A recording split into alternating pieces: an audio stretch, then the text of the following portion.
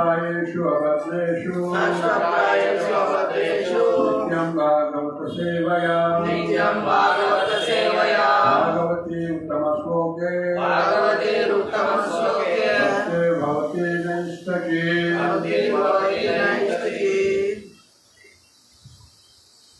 कृष्णाय वासुदेवाय देवकी नंदनाय च गोपकुमाराय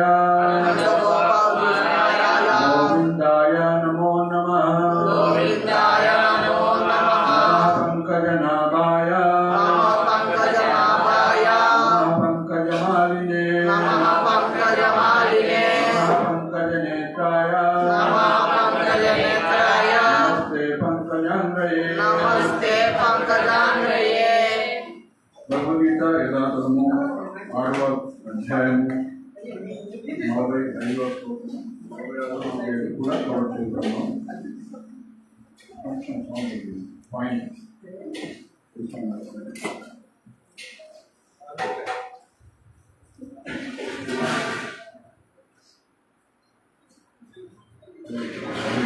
అదే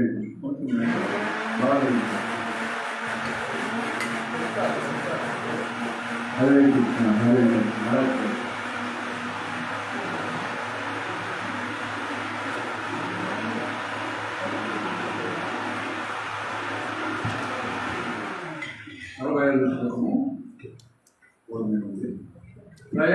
ప్రయత్నాద్యతమానస్సు యత యత మతగా ప్రయత్నాద్యతమానస్సు యోగి సంశుద్ధ కిల్బిషః అనేక జన్మ సంసిద్ధ అనేక జన్మ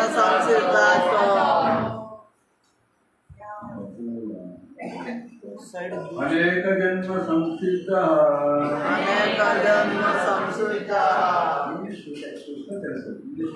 ఇక్కడ బ్రేక్ చేయాలి.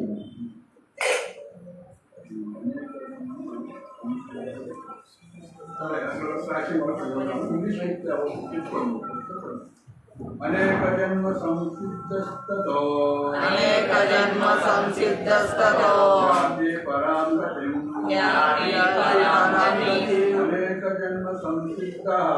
అనేక జన్మ సంసిద్ధ యాతి పరాంగతిం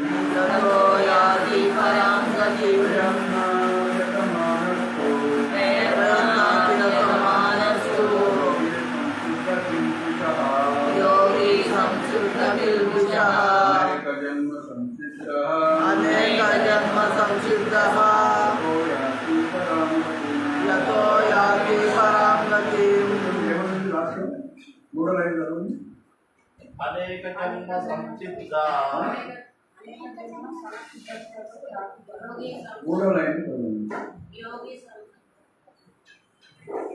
మూడో లైన్ నాలుగు లైన్ ఉన్నాయా? రెండే ఉన్నాయా? నాలుగు లేవా? బ్రేక్ చేయలేదు వాళ్ళు. అనేక జన్మ సంసిద్ధ రాయొచ్చు. తర్వాత తత్వ యాతి పరామర్శ. అనేక జన్మ సంసిద్ధ తతో యాతి పరాం గతిం ప్రయత్నాయతమానస్తు యోగి సంసిద్ధ కిల్బిషః అనేక జన్మ సంసిద్ధ తతో యాతి పరాం గతిం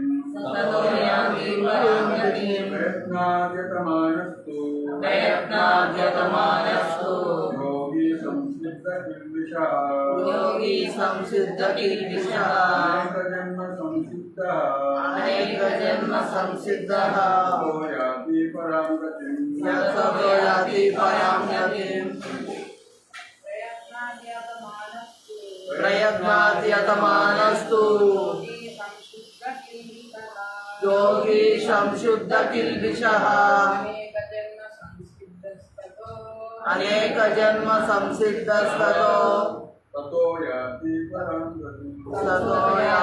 परां गतिं प्रयत्नान्यतमानस्तु योगी संशुद्ध किल्बिषः జన్మ సంసిద్ధస్తో తతో యాతి పరాం గతిం. లాస్ట్ సహ వరకు సంసిద్ధ అని వదిలిపెట్టిన తర్వాత ఆ తాను తత్వాన్ని ఇక్కడ పెట్టుకోవాలి. ప్రయత్నాద్యతమానస్తు योगी संशुद्ध किल्बिषः యోగి సంశుద్ధ కిల్బిషః अनेक जन्म संसिद्धः అనేక జన్మ సంసిద్ధః ततो याति परां गतिम् తతో యాతి పరాం గతిం. ప్రయత్నాద్యతమానస్తు యోగి సంశుద్ధ కిల్బిషః అనేక జన్మ సంసిద్ధః తతో యాతి పరాం గతిం.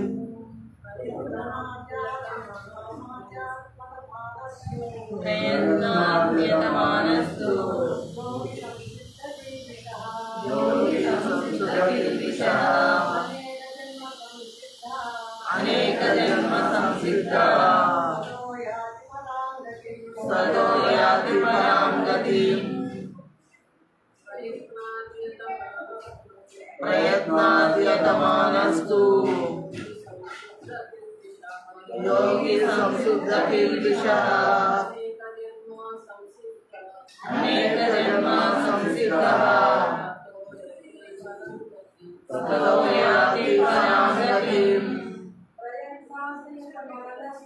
ప్రయత్నాద్యతమానస్తు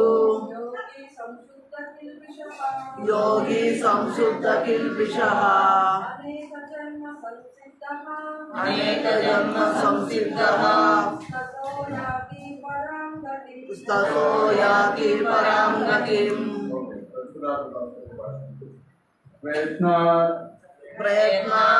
తీవ్రమైన అభ్యాసంతో త్రిగుణమైన అభ్యాసముతో యతమానః ప్రయత్నిస్తూ ప్రయత్నిస్తూ తూ మరియు యోగి యోగి సంసిద్ధ కిల్బిషః సంశుద్ధ కిల్బిషః ప్రక్షాళింపబడిన పాపములు కలవాడై అంటే పాపం పోయినవాడై అనేక జన్మల పిమ్మట సంసిద్ధః పూర్ణత్వమును సాధించిన వాడై తతః అటు పిమ్మట యాతి పొందును పరాం మహోన్నతమైన గతిం గమ్యమును.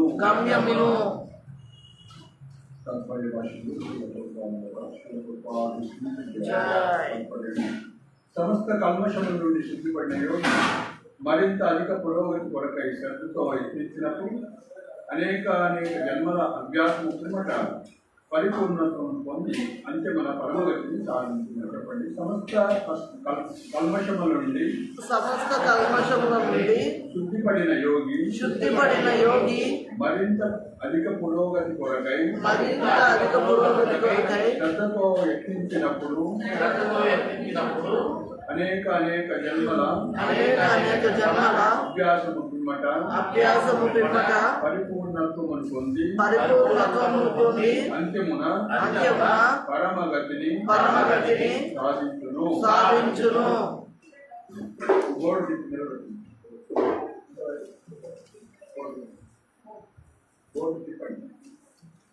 బోర్డు వెనక్కి తిప్పాడు, రివర్స్ తిప్పాడు.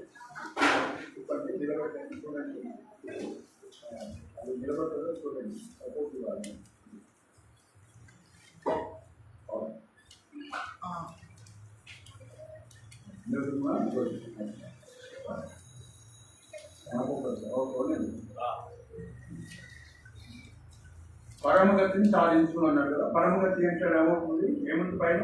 పరమసత్యం అని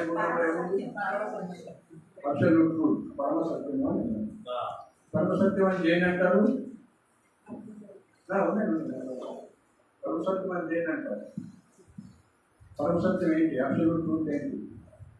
పరమసత్యం భగవంతుడు యజమాని, మనం సేవకులం. పరమసత్యం అంటే ఏంటి అసలు? అబ్సల్యూట్ ట్రూత్ ఇక్కడ ఉన్నాడు భగవంతుడు. భగవంతుడు ఉన్నాడా లేదని నేను అడగట్లేదు. పరమ సత్యం అంటే ఏంటి? అబ్సల్యూట్ ట్రూత్ అంటే ఎప్పటికి అబద్ధంగా ఉంది. క్లియర్గా మాట్లాడారు. పరమ సత్యం అంటే అబ్సల్యూట్ ట్రూత్ అంటారు ఇంగ్లీష్లో. అబ్సల్యూట్ ట్రూత్ అంటే దానికన్నా గొప్పదంటే ఏం లేనప్పుడు. పరమ అంటే ఉత్తమమైనటువంటి సత్యము. దానికన్నా సత్యం ఏం లేదు. సూర్యుడు తూర్పున ఉదయిస్తాడు. సత్యమేనా అది? సత్యమేనా? సూర్యుడు తూర్పున ఉదయిస్తాడు. సత్యమేనా? ఉదయిస్తాడా సూర్యుడు? అసలు ఉదయిస్తాడు ఆయన. సరే, అల్టిమేట్గా ఎప్పుడు ఆయనే ఉంటాడు. ఒకటే చోట ఉంటాడు. భూమి ఇలా తిరుగుతున్నప్పుడు మనకి అవపడతాడు. తర్వాత అవపడతాడు. పరమ సత్యం కాదు. సూర్యుడు తూర్పున ఉదయిస్తాడని పరమ సత్యం, సాపేక్ష సత్యం అనొచ్చు. కాబట్టి పరమ సత్యం ఏంటంటే దానికన్నా మించినటువంటి ఇంకేం లేదుగా. మొత్తం పరిసరం నాట దానికన్నా మించింది నేను యువకుడిని సత్యమా? నేను ముసలివాడిని సత్యమా? ఇవన్నీ సత్యం కాదు. నేను కొన్ని రోజులు యువకుడిని, కొన్ని రోజులు ముసలివాడిని. నేను స్త్రీని, నేను పురుషుణ్ణి, నేను మనిషిని, నేను దేవతను సత్యమా? కొన్ని రోజులు సత్యమే, కానీ పరమ సత్యం కాదు. సో నేను జీవుణ్ణి సత్యమైంది పరమ సత్యం. ఇది పరమ సత్యం. నేను ఎప్పుడు జీవుణ్ణి అన్నాను. నేను ఎప్పుడు భగవంతుని కాలేదు. మానవుడు కావచ్చు, కుక్క కావచ్చు, పిల్లి కావచ్చు, దేవత కావచ్చు, ఏమైనా కావచ్చు, కానీ జీవుడు అన్నాను. జీవ ఆత్మ అని. సో పరమ సత్యం అంటే దానికన్నా మించింది లేదు పాపం. సో మనం పరమ సత్యం అంటే అక్కడ ఏంటి పరమ సత్యం అనేది 3 రకాలుగా విభజించాలి. ఏంటది? ఏంటి? బ్రహ్మజ్యోతి, పరమాత్మ, భగవాన్. బ్రహ్మేతి పరమాత్మేతి భగవానికి శబ్దే వదంతి తత్వం యజ్ఞానమద్వయం బ్రహ్మేతి పరమాత్మేతి భగవానికి శబ్దే. అంటే తత్వవేత్తలు, తత్వం తెలిసినటువంటి తత్వవేత్తలు పరమ సత్యాన్ని ఏమని చెప్తున్నారంటే భగవద్గీత శ్లోకము వదంతి తత్వం యజ్ఞానమద్వయం బ్రహ్మేతి పరమాత్మేతి భగవానికి శబ్దతే. ఆ పరమ సత్యం అనేది 3 స్థాయిల్లో మనకి అనుభూతం అవుతుంది అని చెప్తున్నారు. 3 స్థాయిల్లో ఉంటుంది. ఇప్పుడు ఇక్కడ సూర్యుడు ఉన్నాడా? చిన్నకామి 2 లైన్లో 15.8.375 అన్న ఇంట్లో సూర్యుడు ఉన్నాడా? లేడా? ఉన్నాడా? ఉన్నాడన్న వాళ్ళు చెప్తారు. ఎప్పుడు అక్కడే ఉంటాడు కదా. ఇక్కడ ఉన్నాడా ప్రశ్న. సూర్యకాంతి ఉంది. ఏమున్నది ఇక్కడ? సూర్యకాంతి. కాంతి. అంటే అట్లే ఆ పరమ సత్యం అంటే ఇప్పుడు ఏం చెప్తున్నాం? బ్రహ్మజ్యోతి. బ్రహ్మజ్యోతి అనేది పరమ సత్యంలోని భాగము లేదా ప్రిలిమినరీ రియలైజేషన్, ప్రథమ అనుభూతి. సూర్యుడు ఉన్నాడంటే ఉన్నాడంటే సూర్యకాంతి వరకు అనుభూతి అవుతుంది మనకి. ఓకే, సూర్యకాంతిని మనం అనుభవిస్తుంది. సో అట్లే భగవంతుడు అన్నదాన్ని అనుభవించాలంటే సో పార్షియల్గా మనం సూర్యుడిని మనం పూర్తిగా అనుభవించట్లేదు, తెలుసుకోవాలి. సూర్యకాంతి మాత్రం తెలుసు. సో తర్వాత అట్లనే పరమ సత్యం ఏంటి? బ్రహ్మజ్యోతి. తర్వాత రెండోది పరమాత్మ. పరమాత్మ ఉన్నాడా ఇక్కడ? ఉన్నాడా? ప్రతి ఒక్కరి హృదయాలు ఉన్నారు, అన్ని చోట్ల ఉన్నాడు. ఓకే, అట్లా ఈశ్వర సర్వభూతానం నిర్దేశార్థన తిష్టతి భ్రమయా యంత్రరూఢాన్ని మాయయా అని చెప్తాను. సో కాబట్టి ఈశ్వర సర్వభూతాన్ని అన్ని చోట్ల ఉన్నాడు. సో కాబట్టి భగవంతుడు ఇక్కడ బ్రహ్మజ్యోతి రూపంలో అంటే బ్రహ్మజ్యోతిని ఆయన కాంతిని అనుభవించడం తెలుసుకోవడం సంపూర్ణం కాదు. అట్లనే పరమాత్మ వరకు కూడా రియలైజ్ అయితే సంపూర్ణం కాదు. మరి ఏది సంపూర్ణం? మూడోది ఏంటి? భగవాన్. భగవాన్ న్యాయాన్ని అర్థం చేసుకుంటే పరమ సత్యాన్ని మనం అర్థం చేసుకున్నాం. వదంతి తత్వం యజ్ఞానమద్వయం బ్రహ్మేతి పరమాత్మేతి భగవాన్ చెప్పదు. కాబట్టి భగవంతుని తెలుసుకోవడం పరమ సత్యం. ఇక్కడ అదే చెప్తున్నాం. చూడండి, ఎవరు యోగుడి యొక్క పరిస్థితి మనం చూడండి. రైట్ సైడ్ ఎవరున్నారు? ఆ యొక్క కింద ఒక సర్కిల్ ఉంది, పైన ఒక సర్కిల్. ఈ కింద నుంచి పైకి ఆ యొక్క పరమ సత్యాన్ని చేరుకోవాలంటే లెఫ్ట్ సైడ్, పూర్తిగా లెఫ్ట్ సైడ్ ఏముంది? అక్కడ ఏం రాశాం? జ్ఞాన యోగము ఉంది. పూర్తిగా లెఫ్ట్ సైడ్. ఇక్కడ వచ్చిన తర్వాత అంటే జ్ఞాన యోగం అనేది ఒక మార్గం పరమ సత్యాన్ని తెలుసుకోవడం. సో దాని పక్కన ఏముంది అనుకోండి? ధ్యాన యోగం లేదా అష్టాంగ యోగం అంటారు. అంటే ధ్యాన యోగం. ఇప్పుడు మనం చెప్పుకునేటువంటి 6వ అధ్యాయం పేరే ధ్యాన యోగం అంటారు. ధ్యాన యోగంలో పరమసత్యాన్ని తెలుసుకోవడానికి మార్గము మనం ఒక ధ్యాన యోగాన్ని లేదా అష్టాంగ యోగాన్ని ఆచరిస్తే ఏమవుతుందో ఇక్కడ చెప్తున్నాను. సో జ్ఞాన యోగం ద్వారా ఎంతవరకు రియలైజ్ కావచ్చు అంటే సో బ్రహ్మజ్యోతి వరకు తెలుసుకోవచ్చు. జ్ఞాన యోగం ద్వారా బ్రహ్మజ్యోతి మరియు పరమాత్మ వరకు తెలుసుకోవచ్చు. కానీ అటు సైడ్ రైట్ సైడ్ ఏముంది? భక్తి యోగం అని ఉంది అన్నమాట. ఓకే, సో ఆ భక్తి యోగంలో పయనించినట్లయితే ఎంతవరకు తెలుసుకోవచ్చు? భగవాన్ తెలుసుకోవచ్చు. సో ఎప్పుడైతే నీకు భగవంతుని తెలుసుకుంటావో, పరమసత్యంలో భాగమైనటువంటి అంటే ఉన్నతమైనటువంటి భగవంతుని తెలుసుకుంటావో, పరమాత్మని తెలుసుకున్నట్లే.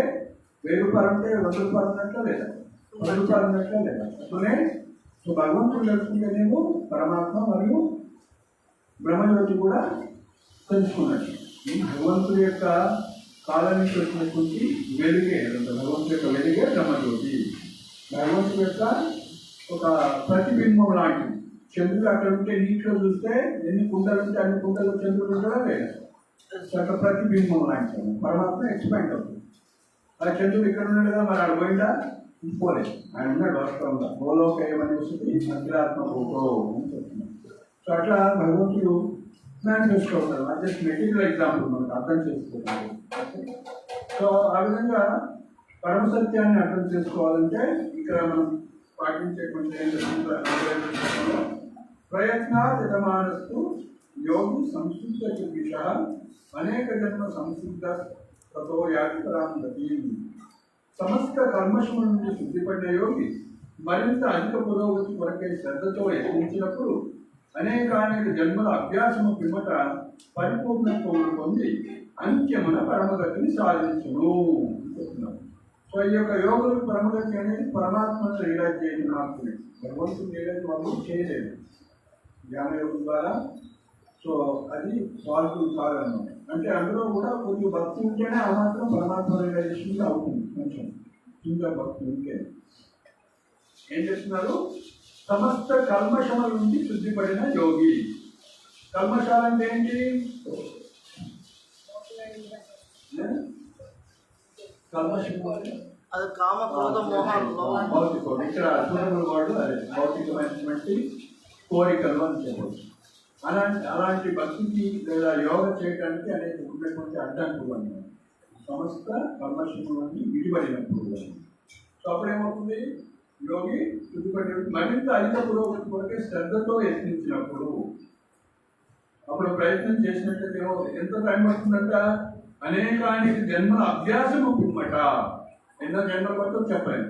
2 జన్మలే పట్టవచ్చు, 20 పట్టవచ్చు, 200 పట్టవచ్చు, 2000 పట్టవచ్చు, 20 లక్షలు 20,000 పట్టవచ్చు, 20 లక్షలు పట్టవచ్చు. అనేక జన్మలు. ఓకే, యత్నించిన పిమ్మట పరిపూర్ణత్వం పొంది అంత్యమున పరమగతిని సాధించును. పరిపూర్ణత్వం పొందుతారు. సో ప్రభుపాద వారు ఏం చెప్తున్నారు, ఆచార్యులు ఏం చెప్తున్నారు నేను. సో కాబట్టి మనం పరిపూర్ణత్వాన్ని పొందాలంటే జ్ఞాన మార్గం ద్వారా కానీ, జ్ఞాన మార్గం లేదా యోగ మార్గం ద్వారా కానీ, మూడోది భక్తి మార్గం ద్వారా కానీ పోవచ్చు. ఆ డయాగ్రామ్లో ఎక్కడ ఇచ్చారా? డయాగ్రామ్ ఎక్కడి నుంచి వచ్చింది మీకు? ఎవరు చెప్పారా డయాగ్రామ్? ఆ డయాగ్రామ్ ఎక్కడి నుంచి వచ్చింది? పైన చూడండి. శ్రీమద్ భాగవతంలో 11th canto 20th 11వ chapter స్కందంలో 20వ chapter 9వ శ్లోకం 8-9 శ్లోకాల్లో ఉన్నటువంటి వివరణ అన్నమాట. ఓకే, అర్థమైందా? సో కాబట్టి ఈ డయాగ్రామ్ అర్థం చేసుకుంటే మనం సంపూర్ణంగా అన్ని అర్థం చేసుకోవాలి.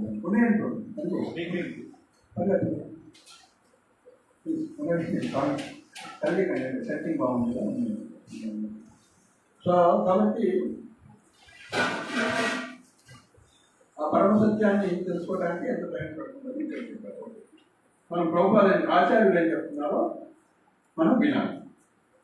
ప్రత్యేకించి పవిత్రము లేక సంపన్నమైన లేక ధార్మిక కుటుంబంలో జన్మించిన వ్యక్తి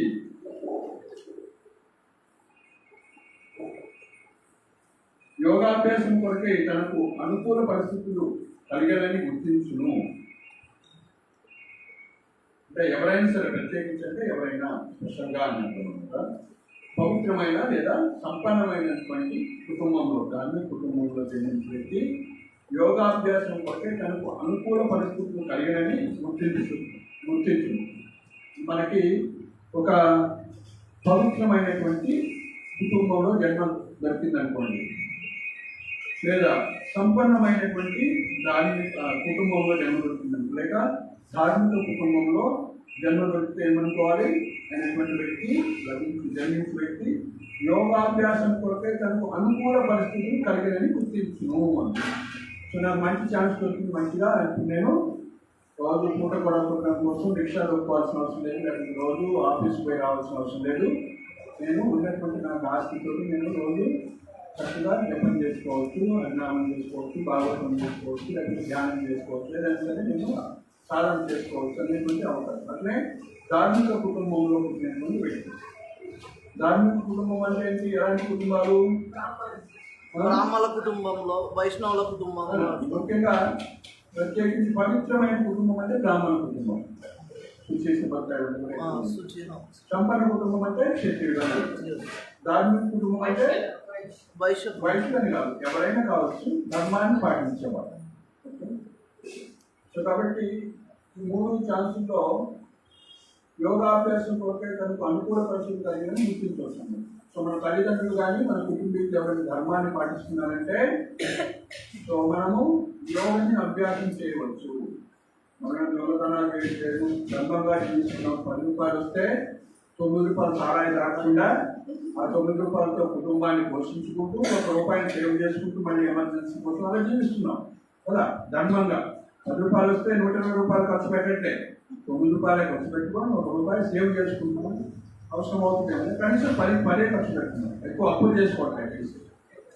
ఈఎంఐ ఇట్లాంటివి పెట్టుకోవట్లేదు. మరి కాకపోతే వాడి కోసం మనం పని చేయాలి. ఎందుకు పని చేస్తామంటే ఆ ఈఎంఐ ఇటే పోవాలి, ఇటే కర్మ చేయాలి. సో కింద ఉంది కదా కర్మక్షేత్రం. సో కర్మక్షేత్రంలో ఆఫ్ చేశాం. ఆ కింద కర్మి అంటారు, అంటే కర్మ చేస్తుంటాడు భగవంతుడు అనే కాన్సెప్ట్. అందులో ఆఫ్ పోర్షన్ పైది కర్మయోగి అని. కర్మయోగి అంటే ఆ యొక్క పని చేసి భగవంతుడి ఫలితాన్ని అర్పించేవారు. సో ధార్మిక కుటుంబం అంటే ఉన్నదానితో సంతృప్తిగా జీవిస్తూ ధర్మబద్ధంగా జీవించేవారు. సో ఎవరైనా ఉన్నారా ధర్మబద్ధంగా జీవించేవారు సమాజంలో? చరిత్రలో చాలా మంది ఉన్నారు. చెప్పండి. అంటే సత్యాహించండి ఆయన ధర్మబద్ధంగా భార్య పోయినా, పిల్లలు పోయినా, రాజ్యం పోయినా, ఏం పోయినా ధర్మబద్ధంగా ఆయన పరిపాలించారు. కాశీ పోతే 84 ఘాట్లు ఉంటే ఒక ఘాటు పేరు సత్యహరిచంద్రుడు ఏర్పాటు చేసిన చివరికం ఉంటుంది. ఆయన ఒక ఘాట్ ఉంటుంది. ఆ పాండవులు కూడా ధర్మబద్ధంగా జీవించారు. రాముడు రామ విగ్రహం అంటారు. శ్రీరామచంద్రుడు సాక్షాత్తు ధర్మ యొక్క ప్రతిమూర్తి అని చెప్తారు. ఇంకా బలి చక్రవర్తి. ఇలా ఎంతో మంది మన చరిత్రలో చూస్తే సో ధర్మంగా జీవించి వాళ్ళు భక్తి చేసుకోగలిగారు, లేదా యోగా లేదా జ్ఞాన మార్గం లేదా ధ్యాన మార్గం లేదా భక్తి యోగం. కాబట్టి ధర్మంగా లేనటువంటి వ్యక్తి భక్తి చేయలేదు. మీకు మనం చెప్తాను చేస్తున్నాను. తండ్రి పోలీస్ ఆఫీసర్ అయింది, లేకుంటే ఎక్సైజ్ డిపార్ట్మెంట్ పనిచేస్తున్న వాళ్ళకి ఫుల్ డబ్బులు వస్తున్నాయి, నెలకు ₹1,00,000 వాడికి ఖర్చు పెడుతున్నాడు. వాడికి చదువు రాదు, ఏం రాదు, వాడికి రకరకాల డబ్బులు వస్తుంటాయి, పక్షవాతాలు వస్తుంటాయి, చావుకలు, స్పందనాలు వస్తుంది, చదువు రాదు. ఎందుకు? మైండ్ పొల్యూట్ అయిపోతున్నారు. తింటా ఉన్నాడు, కొనుక్కుంటున్నాడు, తింటున్నాడు డబ్బులు. అదే ఇండియాని కంట్రోల్ చేసుకోవాలి, ఎంత డైజెషన్ చేసుకుంటాం అంతే తినాలి. వాడికి తెలవట్లేదు. సాయంత్రం అయింది, పడుకోవాలి, తెల్లవారు వేయాలి, ఇంకా జీవిత లక్ష్యం ఇది, మనం భగవంతుని తెలుసుకోవాలి, ఇది చేసుకోవడం కానీ వాడికి తెలవట్లేదు. సో కాబట్టి పాప పుస్తకం విన్నవాడికి వాడు పవిత్రంగా మనసు పవిత్రంగా ఉంటుందా? అది సంపాదిస్తున్నాడు, ఎలా సంపాదించినా సంబంధం లేదు, కానీ అది దీని మీద ఎఫెక్ట్ కూడా ఉంటుందండి. సో మన ప్రమాణ ప్రోలక్ష్యంలో చెప్తున్నాం, ఎంతోమంది అలా తల్లిదండ్రులు అలా సంపాదించినటువంటి పుత్రులు వాళ్ళంతా కూడా ఎందుకు డిసీజులు వస్తున్నాయి, పెరాలసిస్ ఎందుకు వస్తుంది అంటే వాళ్ళ పాపం తింటున్నారు, వీళ్ళు కూడా ఎఫెక్ట్ అయిపోతుంది. సో సో ఆ విధంగా ధర్మబద్ధంగా జీవించినటువంటి వ్యక్తికి ఏమవుతుంది, నేను మంచి అవకాశం ఉంది. ఇప్పుడు మన దగ్గర ఎక్కువ ధనం ఉన్నా అధర్మంగా ప్రవర్తిస్తుంటే మనం వీడికి వచ్చి ప్రవచనం వినాలంటే టైం లేదు మనకి అనుకుంటాం, యాంగ్జైటీలో ఉంటాం మనం. ఎందుకంటే అధర్మంగా సంపాదించినటువంటి ధనము ఏడ పోగు పెట్టుకోవాలి, ఏడ దాచి పెట్టుకోవాలి, ఏం చేయాలి, టెన్షన్ ఉంటుంది అలా. ఎక్కడ పెడితే ఏమవుతుందో అని. సడన్గా ఇంత వచ్చింది, సరే నాకు ఇంత ఖర్చు అయింది, ఇంత పొదుపు అయి ఉంటుంది, నాకు ఇంత సమయం ఉంది, ఈ సమయంలో నేను భక్తి చేసుకోవాలి, నాకు ఇంత వచ్చిందని స్పష్టంగా తెలిసినవాడు ప్రశాంతంగా ఉంటాడు. అత్యాస కనుకనే అతడు అసంపూర్ణంగా మిగిలిన తన కార్యమును దృఢ నిశ్చయంతో తిరిగి ఆరంభించి సమస్త భౌతిక కాలుష్యం నుండి పూర్తిగా ప్రక్షాళించడమును. సో కాబట్టి ఆయన ముందే తెలుసు, నాకు మంచి అవకాశం దొరికింది, బ్రాహ్మణుడిగా పుట్టాను, సో నేను ఇప్పుడు భగవంతుడి యొక్క భక్తి చేసుకొని ఏమైనా సంపన్నుడిగా పుట్టాను, నేను రోజు పూట గడవడం కోసం ఉద్యోగం చేయాల్సిన అవసరం లేదు. సో లేకుంటే ధార్మిక కుటుంబంలో పుట్టాను కాబట్టి ఉండడంతో నేను సంతృప్తిగా ఉన్నాను. సో నేను ఒక 8 గంటలు కృష్ణుడి కోసం పనిచేస్తాను, ఆత్మ కోసం పనిచేసుకుంటాను, ఒక 8 గంటలు నా యొక్క శరీరం కోసం పనిచేస్తాను, ఒక 8 గంటలు నిద్ర ఆహారం కోసం సరిపోతున్నానని అర్థం చేసుకుంటాను. సో వాళ్ళు ఏం చేస్తారు, అలా ప్రయత్నించడం వల్ల ఏమవుతుంది, దృఢ నిశ్చయంతో తిరిగి ఆరంభించి ఏం ఆరంభిస్తాడు, ఈ యొక్క యోగా. నేను పుట్టింది ఎందుకు, ఎక్కడి నుంచి వచ్చాను, నేను ఎక్కడికి పోవాలి, వాడికి అన్ని చింతన ఉంటుంది అనమాట. ఎందుకు నేను ఈ కష్టాల్లో ఉన్నాను, ఏదో ఎందుకున్నాను, కష్టాలు నాకు ఎందుకున్నాయి, వీటి నుంచి ఎలా బయటపడాలన్న జ్ఞానం ఉంటుంది. సో సమస్త భౌతిక కాలుష్యం నుండి పూర్తిగా విడిపడి ప్రక్షాళించగలరు. చివరికి అతడు అటు సమస్త కాలుష్యం నుండి విముక్తుగా అయినంతనే పరమసిద్ధిని అనగా కృష్ణ చైతన్యమును పొందును. సో పరమసిద్ధి అంటే ఏమంటున్నారు ఇక్కడ, మళ్ళీ కృష్ణ చైతన్యం అంటే కృష్ణ కాన్సెప్ట్, భగవంతుడి యొక్క భక్తి అని.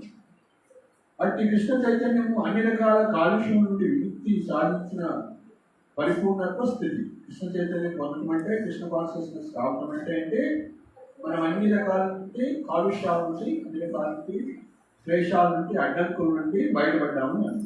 సో మనం తిలకం పెట్టగలుగుతున్నామంటే అంతా పాపం పోయినట్లే. ఎవరైతే తిలకం పెట్టుకుంటారో, తిలకం టచ్ చేస్తేనే పాపం పోతుంది. మనకి హరిభక్తి విలాసులో సనాతన కోసం రాస్తారు.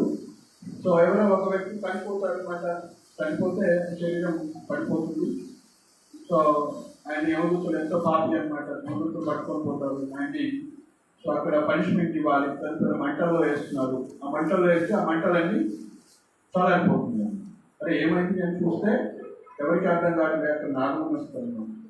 సో ఏమైంది అంటే, ఆయన చనిపోయినప్పుడు ఆయన శరీరం, చనిపోయిన శరీరము ఎవరో తిలకం పెట్టుకుంటుంటే ఆ యొక్క గోపీచందన్ మీద శరీరం పడిపోతుంది. కాబట్టి ఆ గోపీచందన్ ఆయన శరీరానికి టచ్ కావటం వల్ల ఆయన యొక్క సమస్త పాపము క్లియర్ అయిపోయింది, ప్రక్షాళం అయిపోయింది. ఇంకా పాపం లేదు. ఇక్కడ వారి పనిష్మెంట్ ఇస్తుంటే అప్లై కావట్లేదు. ఏంటి మిస్ మ్యాచ్ అవుతుంది, ఎందుకు కావట్లేదు అంటే ఆల్రెడీ అంటే ఆయన తెలియకుండానే, ఎవరికి తెలియకుండా రికార్డులో చూస్తే ఎంతమంది చెప్పారు, చూస్తే రికార్డు క్లోజ్ చేయకముందే క్లోజ్ అయిపోయింది.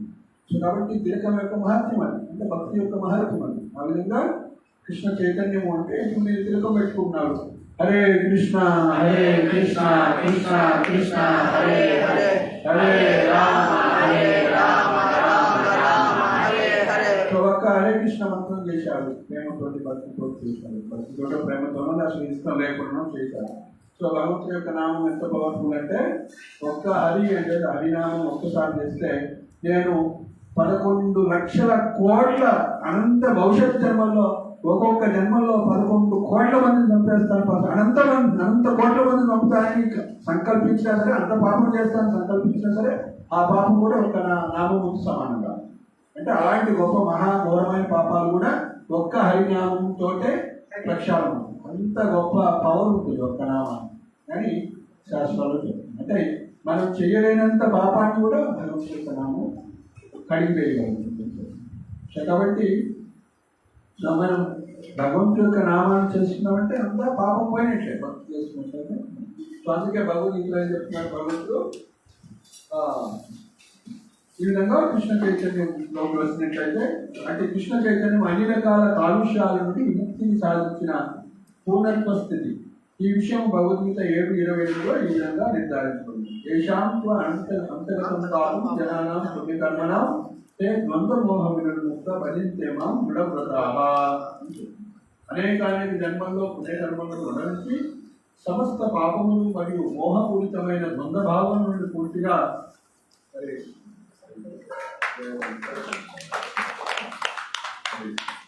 అనేక జన్మల్లో పుణ్యకర్మను వర్ణించి సమస్త పాపములు మరియు మోహపూరితమైన ద్వంద్వభావం నుండి పూర్తిగా విడిపడిన వ్యక్తి విముక్తుడైన వ్యక్తి భగవంతుని ప్రేమయుక్త సేవలో నెలకొనగలడు. కాబట్టి మనం కృష్ణ చైతన్యంలో కృష్ణుడికి సేవ చేస్తున్నాము అంటే సో అనేక జన్మలుగా చేసినటువంటి పాపాలంతా కూడా నశించిపోయి ద్వంద్వాలన్నీ కూడా నశించిపోయి ప్రేమయుక్త సేవలో నెలకొన్నట్టు అనుకున్నాం.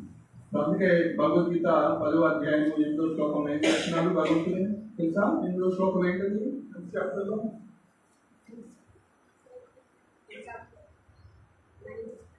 10th chapter 8th శ్లోకం, చతుశ్లోకిలో ఫస్ట్ శ్లోకం. అహం సర్వస్య ప్రభువో మత్త సర్వ ప్రవర్తతే ఇది మత్వా భజంతే మాం దృఢ భావ సమన్వితాః. అహం సర్వస్య ప్రభువో మత్త సర్వం ప్రవర్తతే ఇది మత్వా భజంతే మాం దృఢవ్రతః. దృఢవ్రతః అంటే దృఢ నిశ్చయంతో, అంటే ద్వంద్వాలు లేకుండా ఈరోజు వర్షం కృష్ణుడు పూజించాలా, కృష్ణుడు దేవుడా కాదా, అట్లా ద్వంద్వాలు లేవన్నా, ఎలాంటి డౌట్ ఎలాంటి సందేహాలు లేకుండా కృష్ణుడినే పూజించాలి, భగవంతుడిని పూజించాలి.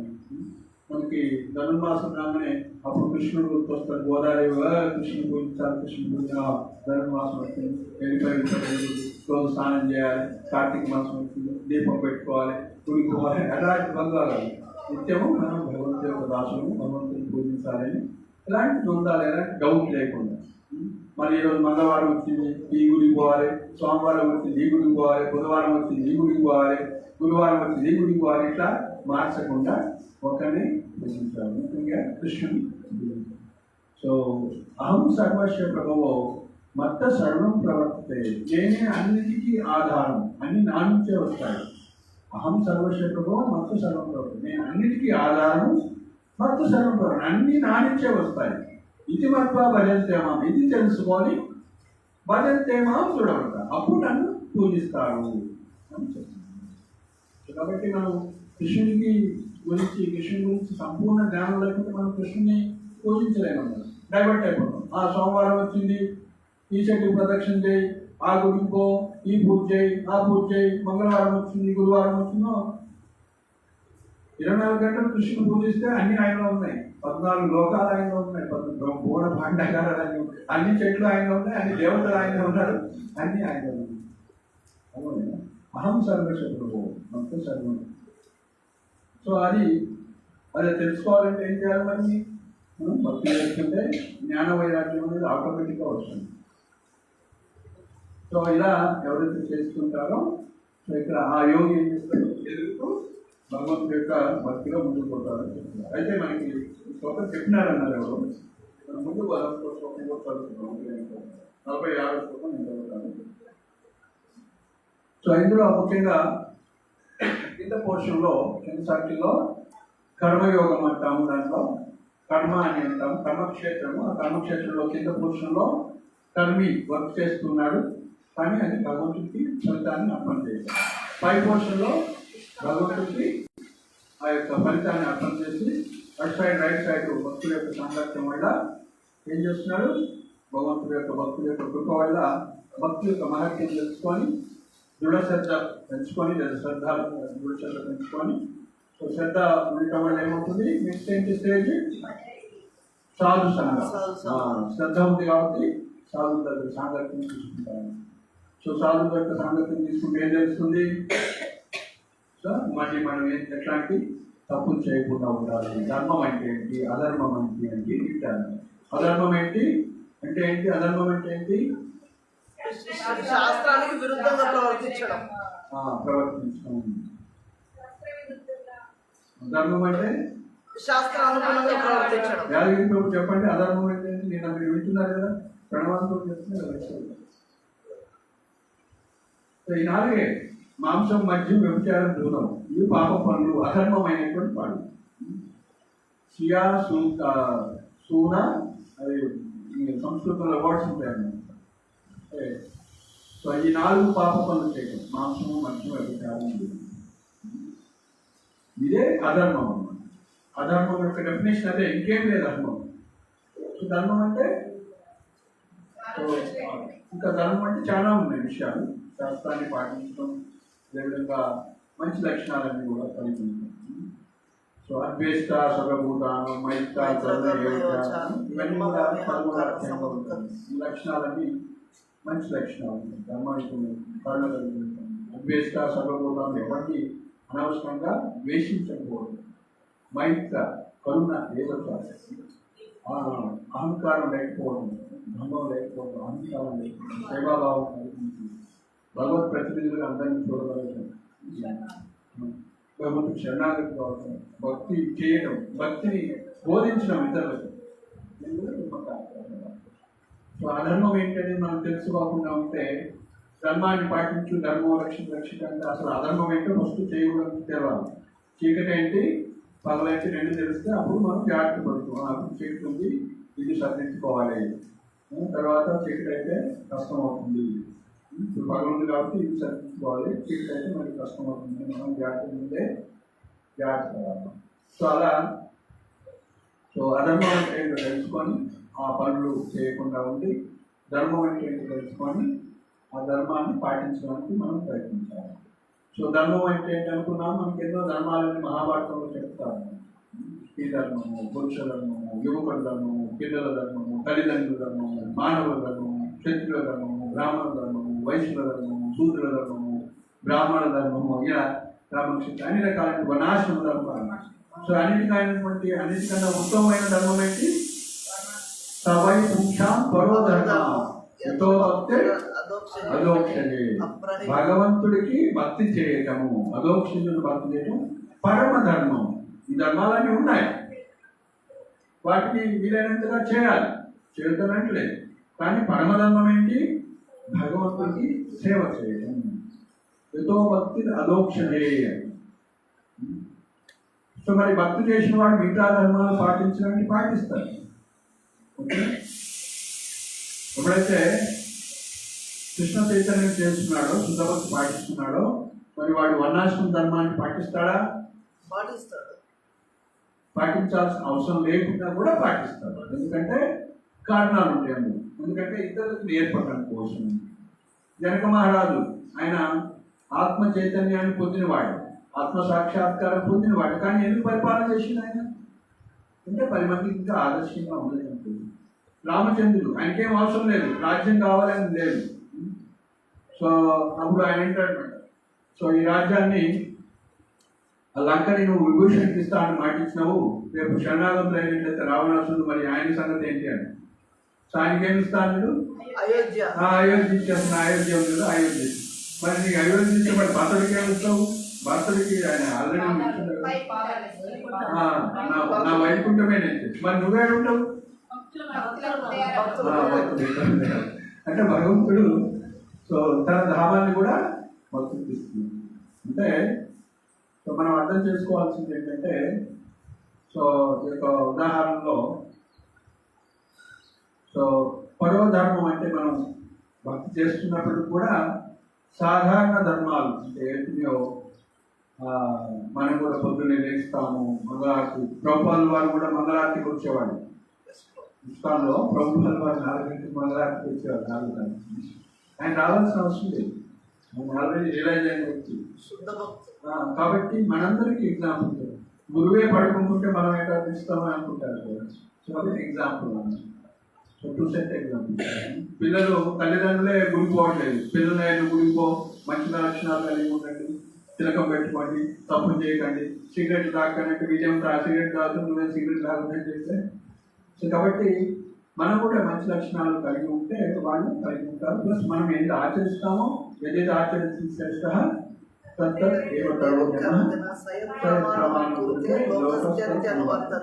కాబట్టి మనం ఆచరించేందుకు మన కోసమే కాదు, ఇతరులకు కూడా ఎగ్జాంపుల్ సెట్ చేయడం, తెలియజేయడం కోసం.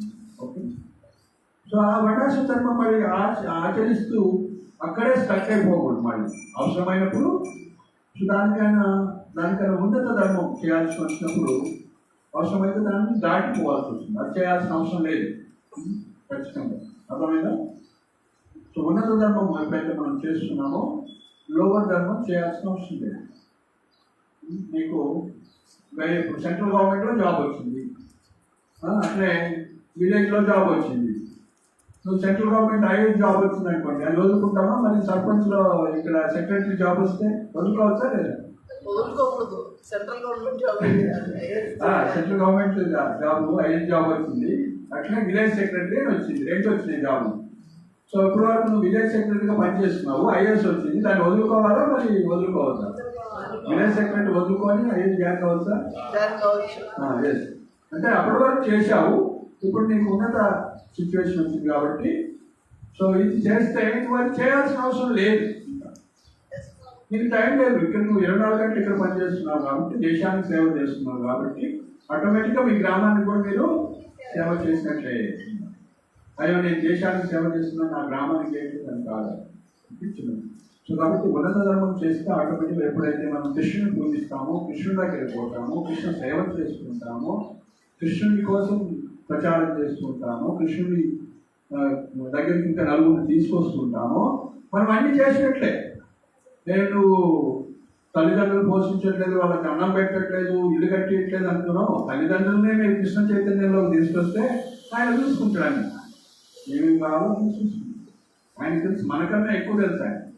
మన తల్లిదండ్రులు లేదా పుత్రులు ఈ యొక్క 20 సంవత్సరాలు, 50 సంవత్సరాలు, 100 సంవత్సరాలు, కానీ ఆయన తల్లిదండ్రులు ఎన్ని సంవత్సరాల నుంచి ఆయన అనేక వేల కోట్ల సంవత్సరాలుగా ఈ ఆత్మకి తల్లిదండ్రులు ఉదాహరణతో మనతో కాబట్టి మనం కృష్ణ చైతన్యాన్ని ప్రచారం చేస్తున్నట్లయితే మనం అన్ని చేస్తున్నాం.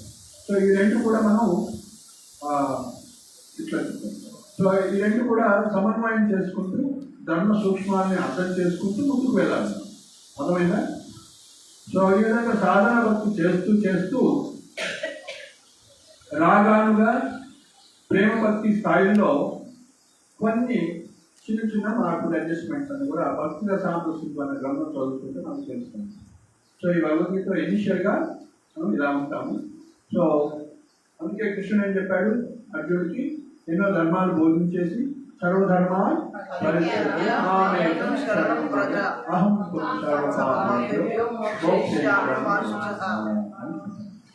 సో మరి అప్పుడు మనం మళ్ళీ కన్ఫ్యూజ్ కావాలి.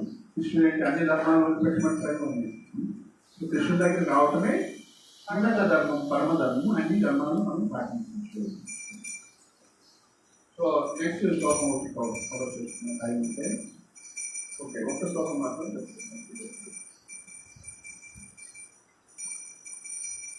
ఓకే, ఇందులో మనం ఇదే శ్లోకంలోనే మళ్ళీ టైం లేదు కాబట్టి ఇదే శ్లోకం నుంచే ఎక్స్ప్లెనేషన్ చేద్దాం.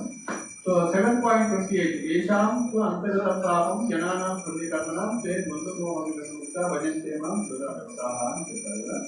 సో అందులో ప్రభుపాద వారు ఏం చెప్పారో చూద్దాం. పలపడడం ఇంకా ఎక్స్ప్లెనేషన్ ఏముందో చూద్దాం. 7.28లో యొక్క పాపం పోవటం అంటే ఏంటి దాని విషయం.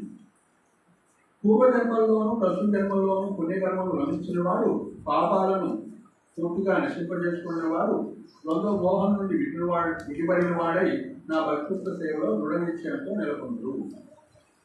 భాష్యం. ఆధ్యాత్మిక స్థితిని సాధించుటకు అర్హులైన వారు ఈ శ్లోకంలో పేర్కొనబడి, పాపులు, నాస్తికులు, మూర్ఖులు, వంచకులైన వారికి కోరిక మరియు ద్వేషం వచ్చే ద్వంద్వమును అధిగమించడం గొప్ప కష్టం. కోరిక మరియు ద్వేషములు అనే ద్వంద్వములను, సో ద్వంద్వాలను ఏమంటారు? కోరికలు మరియు ద్వేషాలను అధిగమించడం గొప్ప కష్టము. కేవలము ధర్మ నియమాలను పాటిస్తూ తమ జీవితమును గడుపువారు, పుణ్యకర్మలను చేయువారు, పాపబలములను నశింపజేసుకున్న వారు మాత్రమే భక్తి సేవను అంగీకరించి క్రమంగా దేవాది దేవుని శుద్ధ జ్ఞానమును పొందు స్థితికి ఎదగలరు. ఇక్కడ చూడండి, కేవలము ధర్మ నియమాలను పాటిస్తూ తమ జీవితాన్ని గడిపేవారు, కొన్ని కర్మలను చేయవారు, పాప ఫలితమును నశింపజేసుకున్న వారు మాత్రమే భక్తితో సేవకు సేవను అంగీకరించి క్రమంగా దేవాది దేవుని శుద్ధ జ్ఞానం పొందించి అడగారు. కాబట్టి మనము వచ్చి భాగవతాన్ని వింటున్నాము అంటే, భక్తుల సేవ గురించి వింటున్నామంటే, సో మనం ఎంతో పుణ్యం చేసుకున్నట్లయితే. అందుకే భాగవతం యొక్క శ్లోకాల్లో చెప్తారు, నష్టప్రాయేషు అబద్ధేషు నిత్యం భాగవత సేవయా అని చెప్తారు. అంటే మన యొక్క అబద్ధాలన్నీ కూడా, ద్వంద్వాలన్నీ కూడా, కష్టాలన్నీ కూడా పోతాయి అని చెప్తున్నారు. నష్టం చేయబడుతుంది. జస్ట్ ఎందుకని పుణ్య శ్రవణ కీర్తన ఇదంతా పుణ్యాన్ని కలిగిస్తుంది. భగవంతుడి గురించి వినటం అనేది పుణ్యాన్ని కలిగిస్తుంది. భగవంతుడు చెప్తారు. పిమ్మట వారు క్రమంగా భగవంతుని పారవశ్యంతో ధ్యానించగలుగుతారు. ఆధ్యాత్మిక స్థితిలో నెలకొంటుంది. ఇదే సరైన విధానము. శుద్ధ భక్తుల సాంగత్యంలో కృష్ణ చైతన్యం ద్వారా ఇటు పురోగతి సాధించబడగలరు. ఎందుకనగా మహాభక్తుల సాంగత్యంలో మానవుడు భ్రాంతి నుండి విడిపడగలడు. అర్థమవుతుందా? ఇక్కడ ఏం చెప్పారు గోపాల్ వారు?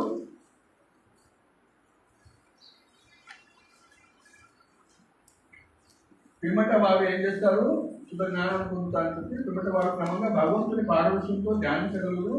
ఆధ్యాత్మిక స్థితిలో నెలకొంటుంది. ఇదే సరైన విధానము.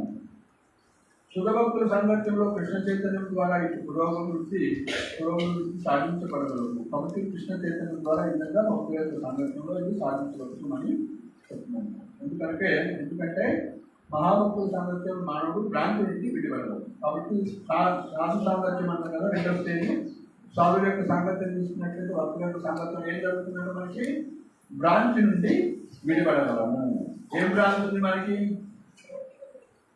భ్రాంతి ఏంటంటే ఇంగ్లీష్లో అంటే భ్రాంతి ఏంటి? ఏంటి? కామ, క్రోధ, మద, మోహ, మాత్సర్య, లోభ. భ్రాంతి ఉందా? భ్రాంతి లేదు కదా. భ్రాంతి అంటే ఇల్యూజన్ అంటే ఏంటి? భ్రమ అంటే ఏంటి? లేదు ఉన్నట్టు ఊహించుకోవడం. ఇప్పుడు మనమంతా ఏమనుకుంటున్నాం? ఉంది లేనట్టు మనమేమంతా ఏమనుకుంటున్నాం? జీవుడు శాశ్వతం మనం శాశ్వతంగా ఉంటాం. కాదు, మన శరీరం అనుకుంటుంది. ఫస్ట్ స్టెప్, ఫస్ట్ అజ్ఞానం ఏంటి? మనం శరీరము అనుకుంటున్నాం. ఇది ఫస్ట్ మిస్అండర్స్టాండింగ్. మనం శరీరమేనా? కానీ ఎప్పుడు ఇల్యూజన్లో ఉంటాం. మనం శరీరం, తెలంగాణ వాడిని అంటే లెవెల్ క్రమం వాడిని ఇలా నేను వాడితే మనం జీవుడిని అనుకోం, మనం ఆత్మ అనుకోం. ఆత్మ అనుకుంటే చాలా వరకు దాటినట్టు. ఇంకా ఆత్మ అని అనుకోవటం కన్నా కూడా నేను కృష్ణుడి యొక్క సేవకుణ్ణి. సో హనుమంతుని అడుగుతాడు అనమాట, ఎవరురా నువ్వు అని. ఇది ఎవరు అని ఎవరు అడుగుతారు? రావణుడు అడుగుతున్నా, నీ పరిచయం నువ్వు ఎవరు అని. ఏం చెప్తాడు ఆయన? నేను భగవంతుడి యొక్క సేవకుని, రాముడి యొక్క సేవకుని. సో నేను ఆత్మని అని చెప్పలేదు. సో మన స్వరూపం ఏంటి? రాముడి యొక్క సేవకుని, భగవంతుడి యొక్క సేవకుని. సో ఆ స్వరూపం మనం ఐడెంటిఫై చేసుకోవాలి. ఎవరు ఒప్పుకోవట్లేదు. తిలకం పెట్టుకుంటే ఏంటి అర్థం? భగవంతుడి యొక్క రెండు పాదాలు చూసి అంటే భగవంతుడి యొక్క సేవకులము, దాసులము, భగవంతుడి యొక్క భక్తులము. కాబట్టి మనం తిలకం పెట్టుకోవట్లేదంటే ఏమంటుంది? నువ్వు ఏడున్నట్టు శ్మశానం, భ్రాంతిలో ఉన్నట్టు, ఇల్యూజన్లో ఉన్నట్టు. తిలకం పెట్టుకుంటే సో ఎంతమంది తిలకం పెట్టుకొని 24 గంటలు ఉంటున్నారు రోజు?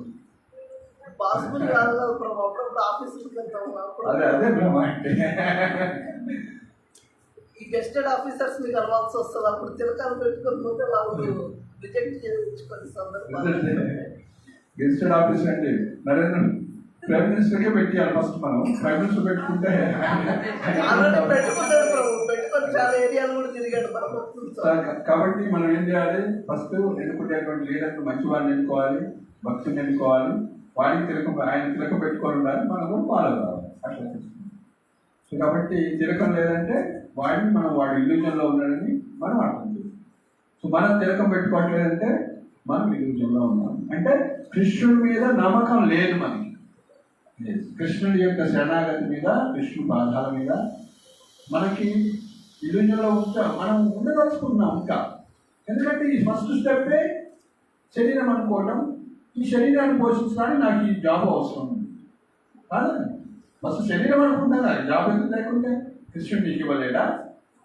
అఖిలాండ కోటి బ్రహ్మాండ నాయకులు బ్రహ్మాండాన్ని పోషించే ఆయన ప్రభుపాద అంటారు కదా, ఆఫ్రికన్ జంగిల్స్ లో ఎన్ని ఏనుగులు ఉన్నాయి, ఏ ఆఫీస్కి పోయి అవి మన శాలరీ తెచ్చుకొని పట్టు నెప్పుకోవట్లేదు, వీటన్నిటిని పోషించేవాడు నీకు ఎంత 4 ముద్ర అన్నం పెట్టలేడా? ఆయనకి సేవ చేస్తే పెట్టగలుగుతారు కదా. చూడండి, మీరే అనలైజ్ చేసుకోండి వాస్తవంగా మనం ఏడున్నాము. సో కాబట్టి ఆ యొక్క దృఢ విశ్వాసం ఎప్పుడు వస్తుందంటే భక్తుల యొక్క సాంగత్యంలో వస్తుంది. సో చైతన్య మహాప్రభు శ్రీవాస్ ఠాకూర్ని అడుగుతాడు, శ్రీవాస్ నువ్వు గృహస్థుడివి, మరి నువ్వు ఏం జాబ్ చేస్తున్నావు, ఎట్లా మెయింటైన్ అవుతుంది నీ ఫ్యామిలీ అని అడుగుతాను. సో కాబట్టి ఈ ఫ్యామిలీ ఎట్లా మెయింటైన్ చేస్తున్నావు, నువ్వు జాబ్ చేయట్లేదు కదా, డబ్బులు కావాలి కదా కుటుంబాన్ని పోషించాలంటే. సో ఆయన అంటాడనమాట, నేను 3 సార్లు ట్రాఫిక్ వస్తాను కొడతాను, సో అప్పుడు నాకు కావాల్సినటువంటి సంపద అంతా సమకూర్చకపోతే నేను పక్కనే గంగా ఉంది, గంగాలో దూకి సో నా శ్రీధరం వదిలిపెట్టేస్తాను. అంటే అంత దృఢ విశ్వాసం, భక్తి మీద అంత దృఢ విశ్వాసం. నేను పొద్దున్నే లేచి రోజు 4 గంటలకి మంగళారతి అటెండ్ అయ్యి 16 రౌండ్లు జపం చేస్తే నాకు ఈరోజు ఏమి తినడానికి అవసరమో, అంటే ఈ శరీరానికి నాకు అవసరం లేదు, ఈ ఆత్మ ఏం తినదు, ఈ ఆత్మకి ఆహార పద్ధతి అవసరం కాదు, శరీరంలో ఉన్నాం కాబట్టి ఈ శరీర పోషణకు కావాల్సినటువంటి నాకు ఖచ్చితంగా భగవంతుడు సంపాదించగలుగుతారు. ఇంకా లోకానికి కళ్యాణం కోసం పరిణామం చేసినట్లయితే, బజార్లో వెళ్ళి సంకీర్తన చేసినట్లయితే ఎండలు అని తగ్గి ప్రకృతి అన్నీ కూడా పోయి మనకి సకాలంలో వర్షాలు పడి అన్నీ కూడా వస్తాయి. ప్రభుపాద వారు 73లో వచ్చినప్పుడు మన ఇండియాలో హైదరాబాద్లో 3 సంవత్సరాల నుంచి వర్షాలు ఏమంటే వర్షాలు మనకి సంకీర్తన చేస్తే బిర్లా మందిర్ నుంచి హ్యాబిట్స్ వరకు అదే రోజు వర్షం వస్తుంది. సో అందరూ అటు సీఎస్ స్వామి కూడా తిరుమలలో చేశారు, వచ్చిన వర్షాలు. అన్నాలు భవంతి భూతాన్ని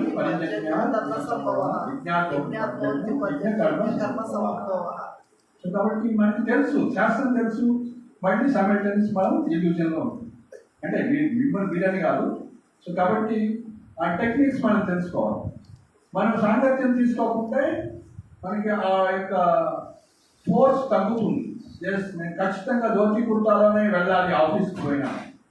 నేను స్కూల్లో భాగవత్ ప్రభు ఏం చెప్తున్నాడు, స్కూల్కి ఎందుకు పోవాలంటే భగవద్గీత చెప్పాలి కాబట్టి నేను స్కూల్కి పోను, మరి వెళ్ళిపోతుంటే గురుకులం పోతాను, భగవద్గీత అక్కడ చెప్తారు కాబట్టి.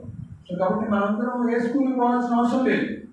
ఎక్కడైతే భగవద్గీత చెప్తున్నారో అక్కడికి వెళ్ళాలి. ఏ కాలేజీ పోవాల్సిన అవసరం లేదు. మనందరం మరి మేము ఎందుకు వదిలిపెట్టాము మా జాబులు? ఎక్కడ ఒకసారి ఎన్ని కావాలి కదా, అది తీసుకుంటేనే కదా. సో మీలాంటి గ్రాడ్యుయేట్స్, ఇంజనీర్స్, డాక్టర్స్, గ్రాడ్యుయేట్స్ ఇంకా బయట వ్యక్తుల కోసం పనిచేస్తే గురుకులాలను ఎవరు ఏర్పాటు చేయాలి, ఎట్లా ఏర్పాటు చేయాలి?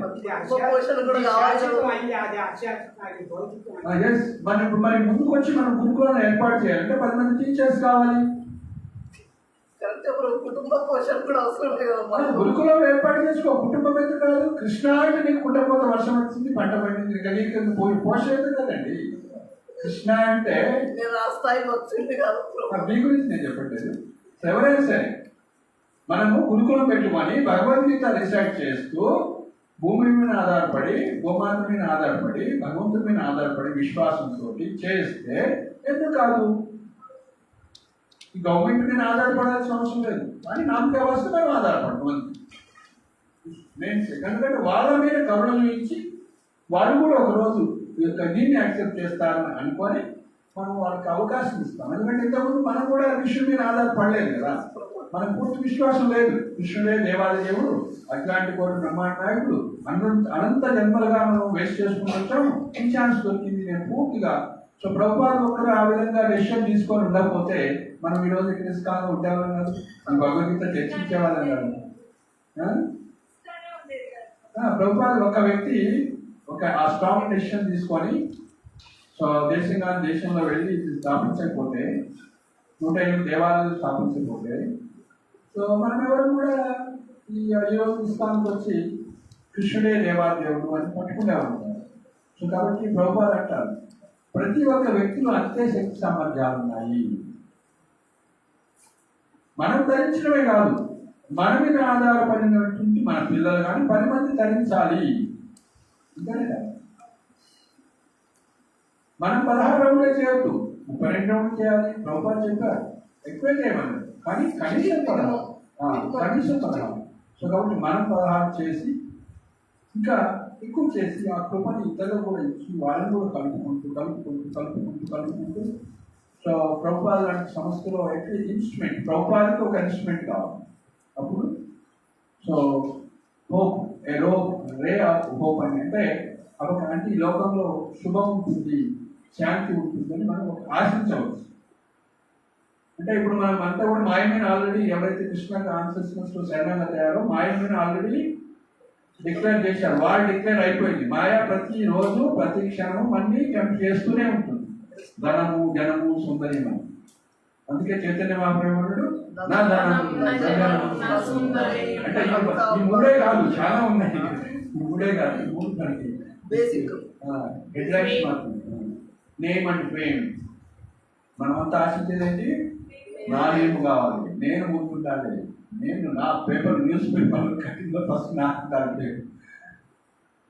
సో కాబట్టి ప్రహ్లాదుడు ఏమైనా కోరుకోవట్లేదు, ప్రభుపాద ఏమైనా కోరుకోవట్లేదు. కానీ ఎప్పుడైతే మనం ప్రభుత్వ కృష్ణుడి కోసం పనిచేస్తుంటామో కృష్ణుడికి అన్ని నేమ్ ఫేమ్ ఉన్నాయి కాబట్టి కృష్ణుడు ఆల్రెడీ ఫేమస్ కాబట్టి ఆటోమేటిక్గా ఆయన భక్తులు ఫేమస్. ప్రహ్లాదుడు ఆల్రెడీ ఫేమస్. అందుకే నరసింహస్వామి ప్రార్థన చేస్తే మనం ప్రహ్లాద్ మహారాజును కూడా యాడ్ చేస్తున్నాం. సో కాబట్టి ఓన్లీ నరసింహస్వామి ప్రార్థన చేస్తే మన భక్తి రాదు, శుద్ధ భక్తులు కూడా మనం కీర్తించాలి. సో అందుకే జయ నరసింహదేవ్ అంటారు, జయ ప్రహ్లాద్ మహారాజు కూడా మనం అంటారు, జయ లక్ష్మీ నరసింహ. సో కాబట్టి భక్తుని శరణాగతి, భక్తుల్ని ఆశించడం, భక్తుని ఫాలో అవ్వడం చాలా ఉంటుంది. సో శ్రద్ధ, సాధు సంఘం. సో తర్వాత భజన క్రియ, మన సాధన నుంచి చేసుకోవాలి. తర్వాత అనంతర నుంచి చాలా అనంతాలు మననే పిల్లలకు సర్టిఫికేట్ ఇస్తూ నేను చెప్తున్నాను. సో ఈ మొబైల్ రావడం వల్ల మనకు తెలియకుండానే టైం అంతా వేస్ట్ అవుతుంది. నేను కూడా మాటలు చెప్తున్నా కూడా నాకు కూడా మొబైల్ ఉంది కాబట్టి నా టైం కూడా వేస్ట్ అవుతుంది. సో సో అయితే మేము మొన్ననే మాయపూర్ యాత్రకు వెళ్ళాము. ఒక మాతాకి మొబైల్ పోయింది. ఆమె 120°C టెన్షన్ పడుతుంది, అయ్యో మొబైల్. సో అప్పుడు మహారాజు ఏమన్నారంటే మనందరూ మొబైల్ పోతే ఇంకా మంచిది, ఎందుకంటే మొబైల్ లేకపోతే అందరూ కలిసి వస్తుంటే అది చెప్తుంటాం. ఇప్పుడు మొబైల్ ఉండటం వల్ల మీరు మొబైల్ వాడు ఆడుకుంటూ చూస్తాం కాబట్టి మనం మాట్లాడుకోవట్లేదు, కమ్యూనికేట్ చేయట్లేదు, ఏమి కలిసి పని చేయట్లేదు. ఇంతనే కాదు. సో ఇంతకుముందు అంతా కూడా కలిసి ఒక పని మాట్లాడుకునేవాడు. ఐసోలేషన్, ఎవరు మొబైల్లో వాడుకున్నాడు,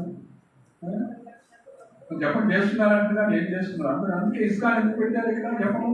మీ ఇంట్లో మీరు చేసుకునేదానికి. సో మీ ఇంట్లో మీ కృష్ణుడు ఉంటే ఇక్కడ ఎందుకు తీసుకున్నారు? సో దేవాలయం అంటే అందరూ కూడా సమాజంలో అందరూ కూడా ఒక చోటుకి వచ్చి లోపాలు ఏర్పాటు. సో మంగళారతి అంటే ఇక్కడ అటెండ్ కావాలి, అందరూ వచ్చి ఇక్కడ సేవలు చేయాలి. అందరికీ అవకాశం ఇస్తారు, ఓన్లీ ఇక్కడ ఉన్న పూజారే చేయాలి. సో ఒకరోజు నేను చేసి ఇంకోటి వచ్చాను. ఇట్లా నేనే ప్రవచనం ఇవ్వట్లేదు, మీరు కూడా ఇవ్వాలి ప్రవచనం. అర్థమైందా? ప్రతి ఒక్కరు ప్రవచనం ఇవ్వటం నేర్చుకోవాలి. ప్రతి ఒక్కరు ఈరోజు మనకి రేవంత్ కౌశిక్ జగన్నాథ్ వల్లేశ్వరుడా ఇద్దరు లడ్డు గోపాలకి గౌరవితాకి దర్శనం చేసి హరి బోల్, హరే కృష్ణ హరే కృష్ణ కృష్ణ కృష్ణ హరే హరే, హరే రామ హరే రామ రామ రామ హరే హరే. ఎవరు చెప్పారు నువ్వు నేను చేయమని? ఎవరు చెప్పారు మీకు చేయమని? దర్శనం చేయమని ఎవరు చెప్పారు? నేను చెప్పలేదు, చేయమని నేను చెప్పలేదు. నాకు చేయాలని ఉంది కానీ నాకు టైం లేదు. మేము నిన్న గాల్లో పోయి వచ్చి పట్టుకునేసరికి 12 దాకా నేను చేయలేదు, కష్టమైంది నాకు. అవన్నీ చేసుకుంటుంటే నా జపం కాదని నేను చేయలేదు. సో మీరు అడిగారు, చేయమన్నాను. సో కాబట్టి మీకు అవకాశం వచ్చింది, అంతేనే కదా. మంగళారతికి వచ్చింది ఆయన, మంగళారతికి వచ్చింది. మంగళారతి చేసి మీరు చేశారా? కలిగి చేశారు. మంగళారతి ఆయన చేసింది, ముగ్గురిని డ్రెస్సింగ్ చేసింది. గౌరవితాకి కృష్ణ బలరామకి జగన్నాథ ఇద్దరు కృష్ణులకి. సో మళ్ళీ చిన్న చిన్న మాలలను కూడా ఏర్పాటు చేసి ఆయన చేసింది, మాలలు మిగతా చేసింది. సో అలా చేస్తే మీకు అనుభూతి అవుతుంది.